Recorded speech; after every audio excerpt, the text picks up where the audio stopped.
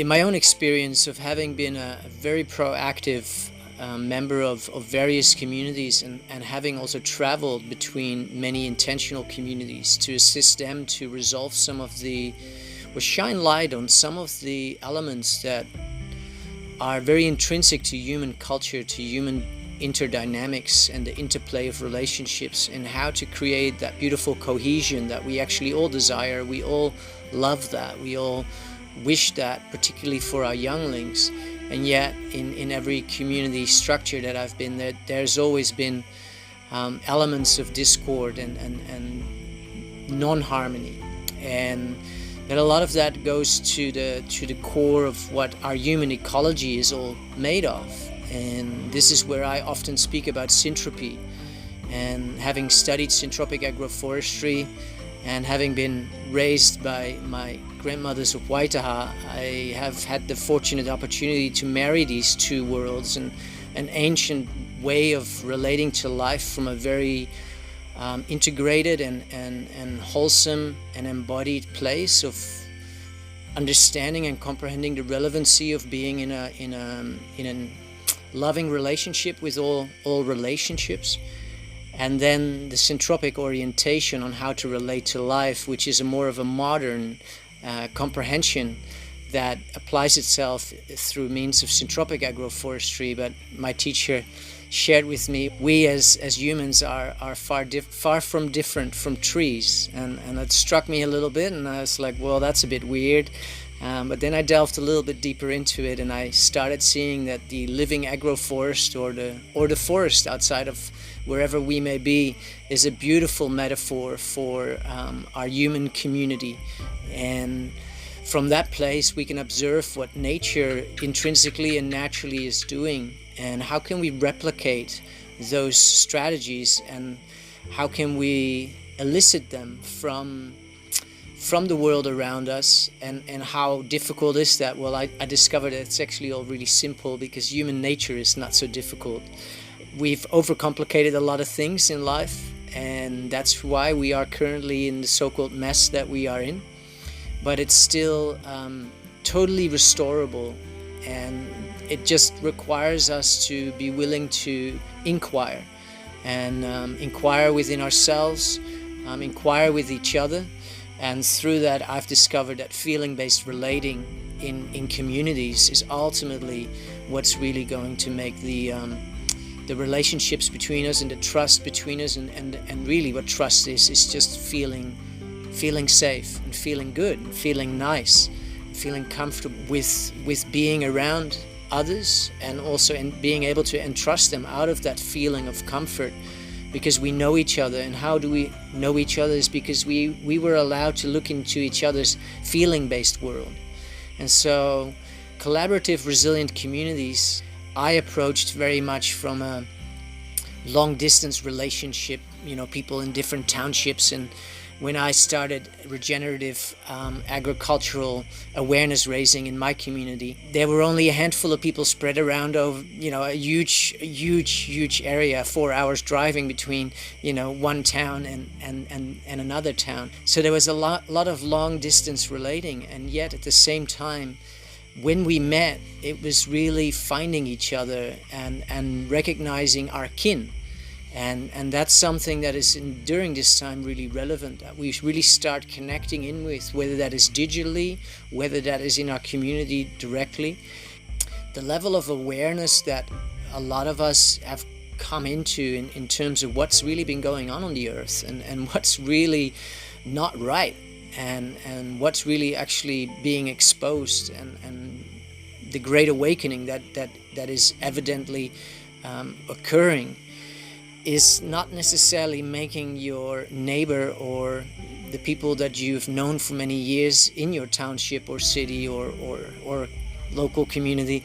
It doesn't necessarily mean that you're going to strike up conversations with them on these subjects, because we are still at a it's like this bell curve. We're still at that beginning of the bell curve where it would make sense to really surround ourselves with people that share a common understanding of reality and life, because through these meetings we can also find the connection, because human connection is not defined or limited to us being in physical proximity. Get creative in your orientations. How can you surround yourself with people? What are your interests? What are your genuine desires for this world?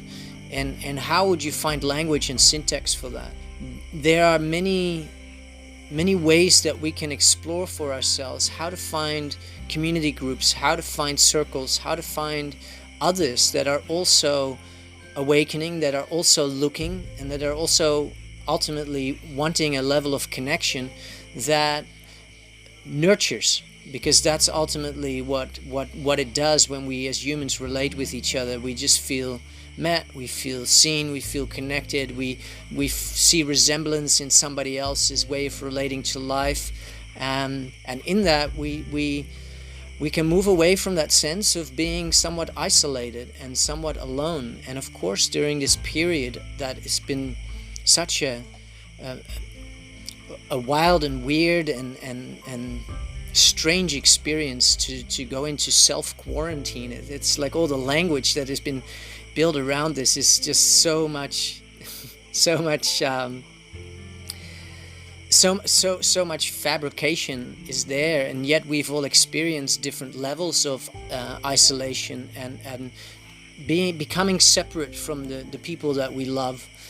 And it's paramount to human thriving that we connect with each other, that we look another human being in the eye.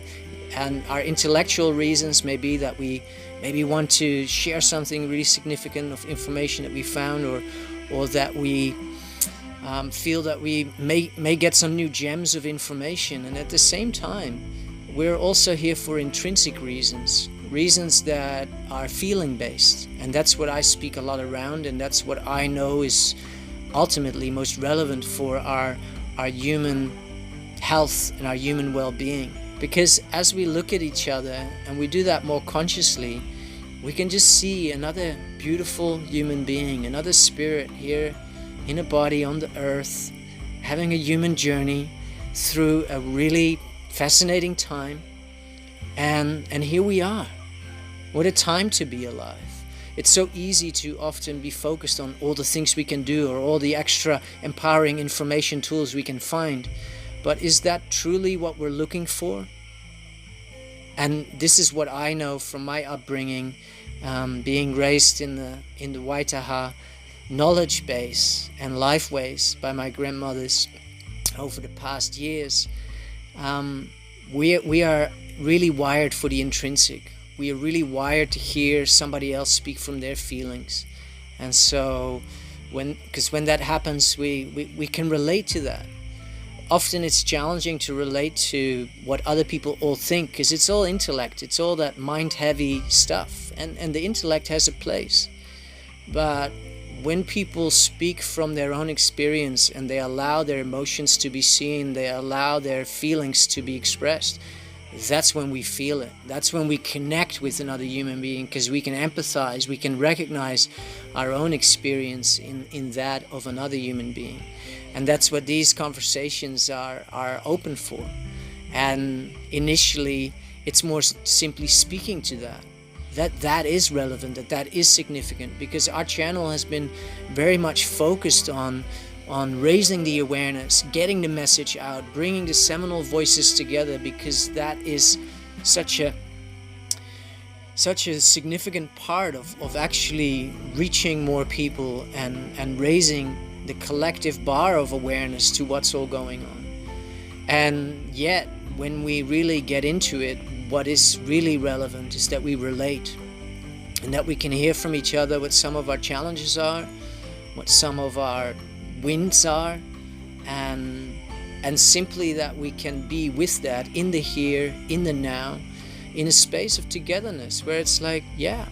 And that's so much, and it sounds so simple, but this is the invitation that I like to really bring into this space, is to kind of drop out of that mind space to more in the being of just being here. And being here, I can tell you, it's not just more than enough, it is perfect. You showing up, that is That is the gift. That's what we do every day. And we wake up and we're here with our children, with our family, and we navigate and we relate and we support others. Whether it's just being a listening ear or being there to do some practical support functions. And we're all here as doulas. Doulas for this time, doulas for our friends, and as doulas, in my own experience, it's really relevant to check in with others that are also carrying the weight, are going through very similar experiences, so that we can relate with others that are also recognizing, like, wow, these are intense days, these are intense times. And yet, in these moments where we can recreate the stillness for ourselves by just dropping out of the mind and coming into our heart space and just being here and just sitting and taking a deep breath, those are the moments where we can also allow ourselves to feel that we are safe and that things are good and that we are navigating. And navigating we will, and navigating we are, and we will move through this, whatever that's still out there for us on our paths to traverse. I comprehend deeply from within myself that this level of relating over time is going to be a really valuable way of sustaining ourselves in our spiritual vigor and in our sense of capacity to stay present and to navigate the turbulence that is around us, as a world of dictatorship starts appearing to become more and more this weird animal that we don't even really know. It's more like a machine-based AI operating system, and we benefit from creating these spaces. And in that, I can encourage any of you, if there are groups around you, to find fellowship, to find others that are, whether it's they're just focused on vaccinations or whether they're just focused on 5G, maybe not join them for the intensity of protesting or getting all worked up around how it's all so wrong, but to be there also as a support function, to be there for those that are speaking out loud, to find those mamas that are leading these mother groups that are just saying, no, I will not tolerate that. Well, if you're not one of those that really wants to stand there at the front line, then it's beautiful to also be able to just be there in a supportive function. Just your presence alone as a human being, that is the gift, and therein lies the transformation.